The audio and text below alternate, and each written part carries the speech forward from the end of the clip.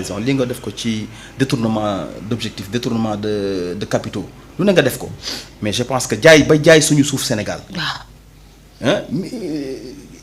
am kii këru président de l'Assemblée nationale. jéggoo coow lu ci judd. waaw ñu ne dañ koo jaay ñi deuxième dame fa dëkk. waaw dañ koo jaay. non c'est pas vrai. waaye du dëgg sax. ñu ngi ciy wax. jaay bi moom c'est vrai jaay bi c'est avéré. waaw dem nañ ba tey jii ñoom seen ambassade yi seen jabar yi ñu leen doon fay. 500 000 ndax jabaru ambassadeur rek nga ñu fay la 500 000. jabaru ambassadeur ñu lay fay 500 000. ñu lay fay 500 000 bien sûr. seen appartement fii nga fi gis ay xale jigéen yoo xamante ne liggéey xëyuñu gont wuñu. Dubaï temps yi raaf na caaxaan gi non dafa nànk caaxaan gis nga dama lay wax ni li ma xam la caaxaan gi ñu nekk woon ci réew mi jël ay xale yu jigéen di leen yóbbu Dubaï xale jigéen yi yor ay 4x4 fii dëkk ci appartement de luxe. yor ay oto te boo demee ba ci biir da ngay xam ne fii kii dafa am ay kilifa yu newoon seen ginnaaw xaalis bi ñu doon sàcc rek mais xaalis bi fu ñu doon ko doon dugal mais ci càkkaay lañ ko doon dugal ci def ay du n'importe quoi lañ ko doon dugal. te ba tey ñu ngi yor xaalis de. moo tax nag ñu da war a dem seen kër yi. mais man xam nga lu ma jaaxal dañu war a dem seen kër yi déloger leen. xam nga lu ma ñii dañ leen war a traîner devant la boue yóbbu leen ñu tëj leen ci kaso bi et puis war leen bàyyi ci plateau ku ñu fekk ci plateau dañ la mais quand même bëgguma sax procureur woo parce que même soo toogee aussi si plateau di wax quand même di weddi un rapport yow war nga am mais firnde boo xam ne te mais on va pas weddi Cheikh lii bu doon man damay am gàcce du xool man naka laay génnee sama koñ franchement parler mais ñii amuñu gàcce di def ay conférence de presse organiser ay tànn biir génn di wax di défier l'État encore une fois. mais Mass mais quand même ñooñu mënuñoo xam nga lu tax mënuñoo am gàcce. da ngay nekk ci koñ boo xam ne yow bi nga juddoo ba léegi mosoo am xëy kenn xamula ci am métier sax amoo ko. nga jékki-jékki di politique. kulu naas falu ñaari fan. tabax seen kër étage mu tiim ñëpp. kooku amul gàcce ñu xam ni kii nii alalu réew mi la sàcc. kooku ni muy amee gàcce di dem bañ a dem ci plateau yi donc loolu c'est déjà réglé man li may gën a jaaxal ci mbir mi mooy. dafa am réew yoo xam ne dañu ñoom man jàpp naa ne bu ñuy wax ay démocratie ak ay loi yu dëgër ak respecter àq ak yelleefu nit ki foofu boo demee ba àgg fa da ngay dëpp. te ñoom duñ doxalee nii ci kuy jël alalu réew. duñ doxalee nii non plus ci kuy def yenn jëfin yi. mais parce que li ma leen wax rek même la justice doit être réformée. defuñu ko justice boo xam ne la justice su politiciens yi la. et c'est très grave seen chambre yi ñu leen di jox lan mooy ndeyu rek exemple yow sàcc bu mag nga ñu lay yóbbu ay pavillon spécial di la beral ay paquetage comme sénégalais yëpp nga xam lan mooy affaire yi man bërki démboo Njaay jaar naa ci bilaay xoolal am na ci immeuble boo xam ne dama faa romb ne fii de moom centre d'achat bërki démb fii de ku fi defoon benn centre d'achat ba jël marchand ambulant yëpp indi leen fii ku ne nga utal ko place bu ndaw ma xool ci rapport bi gis ñu jaay nañ ko voilà les choses qui se passent dans réew mi lépp lañ jaay mais Ousmane daf ma jiitu ci li ma wax même dans notre vocabulaire quand un simple citoyen mu jël benn affaire dañ naan il a volé quand une autorité sàcc on dit qu'il a détourné. Alors qu'il a volé on n'utilise jamais qu'il a volé alors qu'il a volé. boo nee sàcc ñu la noonu. nga dem après ñu dem wutal ko prisonnier détenu politique ak c'est-à-dire que kii dañ ko war a yóbbu pavillon spécial boo demee ñu wutal la chambre boo xam ne yow nga nekk fa yow dong ñu indil la ventilo climatisé di la indil ay lekk yu neex alors que yow tu as volé des milliards yi nga volé rey nga ci nit yàq nga ci carrière yi nit yàq nga ci éducation jàmbur mais c'est-à-dire que yàq nga ci avenir yi jàmbur entre ki sàcc ay milliards ba yàq loolu yëpp ak ki sàcc benn ganaar wala ki ñu fekk ak benn joint kan moo gën a garaawle moom moo gën a ba milliard te pourtant bu ñu demee rëbës on traite le gars bi sàcc ganaar comme un vulgaire voleur. dañ koy brutaliser ne yóbbu ko paquetage dañ koy humilier léegi ki sàcc ay milliards tu viens avec tous les honneurs ñu ne chambre telle on te met on xoolal wutal la ay ñoo xam ne ñooy nekk ci sa service 24 heures sur 24. loolu kay dootoo kaso da ngay noppal. yow xoolal nga nekk fa. xoolal nga baal ma liiral la lii. di donkaa sigi. nga analyser ma ko lii Pape Malick Ndour wax moom je pense que kooku moom dafa am feebaru xel waaw moom ku war a noppi la. mu ne le rapport de la Cour des comptes ne mentionne dans ses recommandations aucun cas de détournement d'ouverture d'informations judiciaires ou traduction devant la chambre de discipline financière ou même de remboursement. c'est-à-dire que nee na rapport bi. non moom. mais rapport bi c'est pas. non kii même parce que. du rapport bi quand même moo ko war a mentionné. am na gis naa am na xaaral il faut loolu mu leer. pour nit ñi am jàmm. premièrement li ñuy njëkk a wax même ci 114 milliards yooyu ñu naan dafa disparaître. ñoom ci forme bor bi la ñu gis naa ñu ci argumenté naan sukul la xam ngeen mooy lan mot arabe la quoi. waaw sukuk. oui sukuk. oui. façon benn xeeti. après islamique quoi. waaw dégg nga naan sukuk la. mais ça n'a rien à voir c'est vrai que amul ay intérêt bor bi parce que dafa halal mais la gestion on parle de la gestion il nous parle du mode de financement. Donc là aussi am na ñeneen ñu taxaw naan non rapport Cour des comptes bi amul cachet mais loolu décision collégiale la. Déjà Cour des comptes bu ko publier rek ci site bi rek. am lu toll ni organisation boo xam ne décision boo xam du kenn nit moo ko jël. c'est plusieurs. te déjà c'est mentionné magistrats ñoo toog c'est collégial.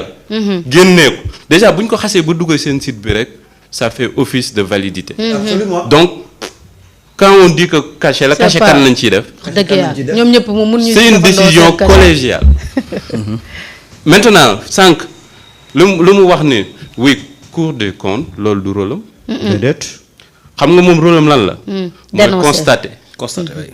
C'est la justice qui doit se saisir. Alors la justice doit faire son travail. Je te donne les qualifications yi nga xam ne moom le ministre de la justice wax. nee na l'exploitation du rapport de la Cour des comptes a permis de relever des manquements graves qui pourraient revêtir diverses qualifications pénales, du faux en écriture, faux en informatique, détournement de deniers publics, escroquerie portant sur des deniers publics, blanchiment d'argent et enrichissement illicite, complicité et recel de ses chefs. Voilà, c'est ça. Voilà, ça c'est la justice parce que justice bi dañ ko jébbal moom tamit mu xool. Alors li argument yi lii mooy réeral sénégalais yi. jàngam xam nga ça absolument rien à voir. Pape Malick Ndour xamul. juste xamul la mais ñoom loolu bokk sax ci seen prérogative. moo tax da nga maa saaga ba nga dem def analyser man dama analyser wala Pape Malick Ndour. dañuy constater maintenant c'est à la justice de s'autosaisir ou pas. Ça appartient à la justice. Mais dans tous les cas. Sérieux quoi. Moi ce que je pense man li ma gëm vraiment ce que je pense foncièrement mais dans ce pays-là dénk nañ ko ay nit ñu bëgg réew mi. loolu kenn du ko werante mais dama leen di ñaax rek. il faut réformer la justice. Il faut réformer tout l'éducation, la santé, l'emploi des jeunes, les mécanismes de financement. Il faut tout réformer pour que ñu mën a dem kanam. Le système et je l'avais dit même temps yu mu nekkagul pouvoir tamit j'avais dit que le système parce que beaucoup de gens le disent le système c'est pas lié à des personnes mën naa ko nangu mais c'est le système c'est quoi alors mais le système c'est des mécanismes en place avec plusieurs tentacules yoo xam ne tout est lié mais tu pars à la justice exemple tey mairie bu ñu sàcc ci kër xam nga nu ñu koy sàcc bu ñu sàcc ay terrain wala ñu koy jox ay boy ñu koy sàcc. mais ce qu'ils font c'est que dañuy identifier benn boo xam ne état bi moo ko moom peut-être terrain moo fa waroon nekk wala espace vert pour nos enfants ñu xool gis ni libre na ñu morcelé ko dem ci benn kilifa may ko benn dem ci chefu police may ko benn dem ci chefu gendarmerie may ko benn dem ci préfet may ko benn. may bàyyi benn côté bi lewal ko ñooñu di tabax ñu lewal beneen côté bi. ba mu lew ñu commencé jaay c'est comme ça qu'il fonctionne. léegi boo xëyee ni man damaa bëgg manifestation dem ci préfet bi mu refuser ko parce que ça am nga dem fi police nga ni da ngay boole kii foofu ñu ñëw dóor la ci bopp ba sa bopp bi neewi ñu dugal la ci violon bi parce que dañ ci am c'est ça le système. C'est des organisations, c'est des pensées, et ça, il faut le défaire.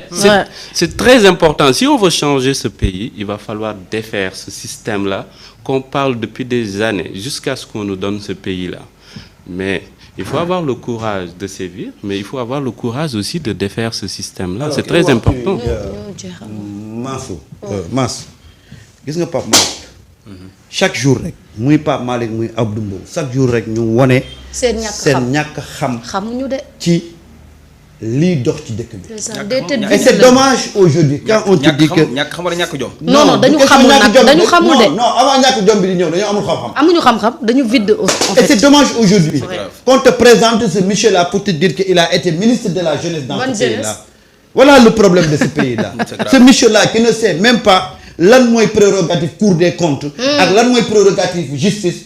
Ce monsieur-là lañ ne la moom moo nekkoon ministre de la justice. de la jeunesse. et voilà pendant tout le temps. moo tax mu toogoon ci plateau yi. di ñu wax ay projet alom ay solom ak ay sump. tout le monde voilà le problème du Sénégal. Samba arrête non c'est des gens comme ça. projet la alom. ak solom ak ay sump ay affaire moom Pape Malick Ndour moom mii moo fi moom la woon. mais laaj ko ba mu nekkee ci jeunesse bi ban politique la créé. un vrai amul de. Kouna. et demander le programme de xëyum ndaw ñi. c'était à combien de milliards. c'était à. te lu gën a garaaw doyen Samba mooy que ni biñ koy jox moom mu nekk koo xamante ni mu nee na moom lañ jox ndaw ñi ci jamono jooju la ndaw ñi gën a sonn ci jamono jooju la ndaw ñi di gën te moom jamono jooju lenn moo doon moom la daan def muy envahir les plateaux pour nous dire Ousmane Sonko ceci ku fi génn ñu ray la ku fi génn ñu jàppale. ñoom ñëpp la alors Pape en fait dafa demoon ba ridicule en fait ci kanamu nit ñi. mais convention LONASE yi ñi ko doon jox ñëpp mooy ñi doon saaga Ousmane Sonko la ñu amoon Malick Ndour quand même bopp bi parfois dana naan. mais Ali Ba loolu la wax. parce que boo xamul di demander signature. ci un document collégial. boo xamante ni ñëpp ni ko ko lii Cheikh waxee. c'est-à-dire que ñii dañoo nekk ci état. mais te ils n'ont xamuñu jamais dara. cherché à mais connaître comment non seulement xamuñu dara. non seulement xamuñu dara. C'est dommage. mais dañoo ñàkk jom. waaw dëgg la non seulement xamuñu dara mais dañoo ñàkk jom encore une fois parce que doo def bêtise bu toll nii doo def ñoom bu toll nii ba pare tu te permets yàpp sénégalais ak saaga sénégalais yi mënta weesu nga def lu toll nii ba pare taxaw ne da ngay def conférence de presse ba pare di wedd Cour des comptes. mais ñun ñoo nooy rek. te puis je vais prendre mes responsabilités. Dédmas lan la loolu c'est mooy la xam nga justice de faire son dañu créé woon benn mouvement bu tudd FDD Front pour la défense de la démocratie. waaw maam Biram Wàcc ñoom Salma ak yooyu. waaw dinaa leen contacter pour ñu def une manifestation parce que lii waruñ ko bàyyi mu sedd encore une fois damay ñëw rek pour tëjee lenn. mooy ci li kii di wax nii. parce que li muy wax na kàddu yi nag vraiment ça me rassure. en tant que ministre de la justice quand même na ko jëfe nag waaw muy garde des Sceaux Ousmane Diagne mu ne les enquêtes exhaustives et approfondies seront dignement menées pour retracer les flux financiers illicites identifier et entendre tous les auteurs co-auteurs et complices présumés en vue d'engager des poursuites devant les juridictions compétentes notamment la haute cour de justice et le pôle judiciaire financier. xam nga loolu wax nañ ko. mais xam nga ñu bëgg li waa ji waxoon nabar parce que aussi xoolal gis nga ñii mais le cas du port là. Waly Diouf Bodian il l'a dit. on va pas s'opposer avec des opposants milliardaires. mais xoolal Farba ak avocat yi. waaw ba indil ñu avocat Kourouna bu weex. Farba am na avocat ba am avocat Kourouna bu weex. mais bi ma gisee ñu ne avocat Farba yi la. moo ñoom rek fees nañu bureau procureur ñoom rek fees nañ fa de. am nañu cotisé gis nga intimidation boobu xam nga lan la lii.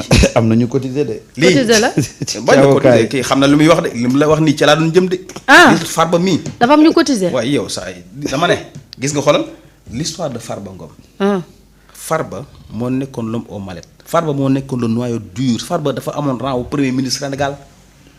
waaw est-ce que yow Farba lu ko neex la doon def ku wane doon attaqué de recevoir ay ministres ba pare Farba Ngom.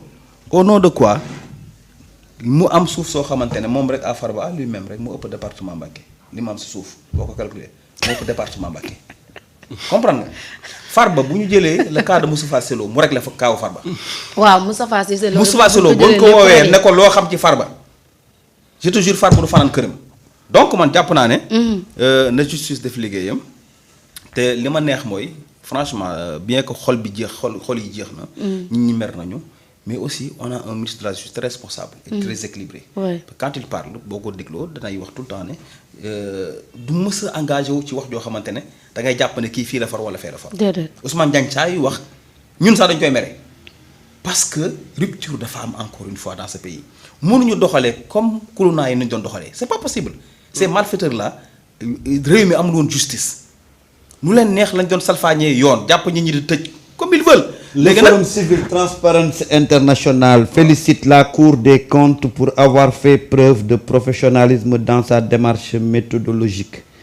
félicite le gouvernement de s'être prêté à cette obligation légale à haute portée d'intégrité, encourage le gouvernement à mettre en pratique les réformes annoncées par le ministre des Finances et du Budget lors de sa conférence de presse du 13 février 2025, signé Forum Civil, section sénégalaise de Transparency International. D'accord. ñoom ñoo doon féliciter gars yi. C'est bien. Ah, c'est mais man d'habitude duma wax ci nit.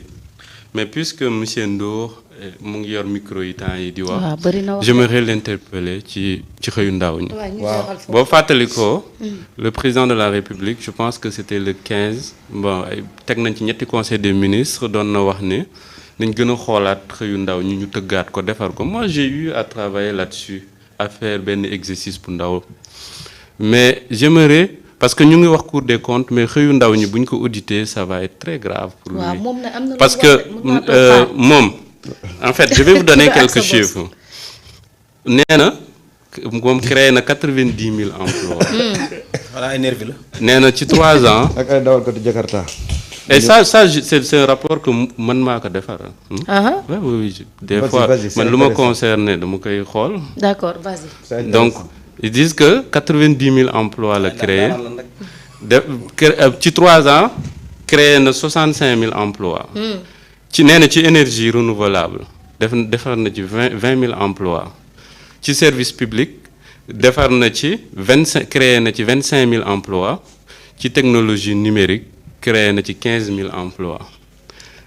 lii lépp nee na moom moo ko créé plus l'argent qu'on a injecté dedans def naa ci étude bu yaatoo yaat. ana ndaw ñooñu. jébbal naa ko sax ñu ko war a jébbal. il faut un débat. donc yow ak Pape Malick. non gis nga taux de chômage beeg tout ça j'ai travaillé là-dessus monsieur Ndo. xaaral sa bopp. je sais pas c'est pas une accusation mais j'aurais bien aimé qu'on ouvre une enquête. en tant que citoyen. pour regarder la gestion de ça. je pense que dinañ am beneen kuluna.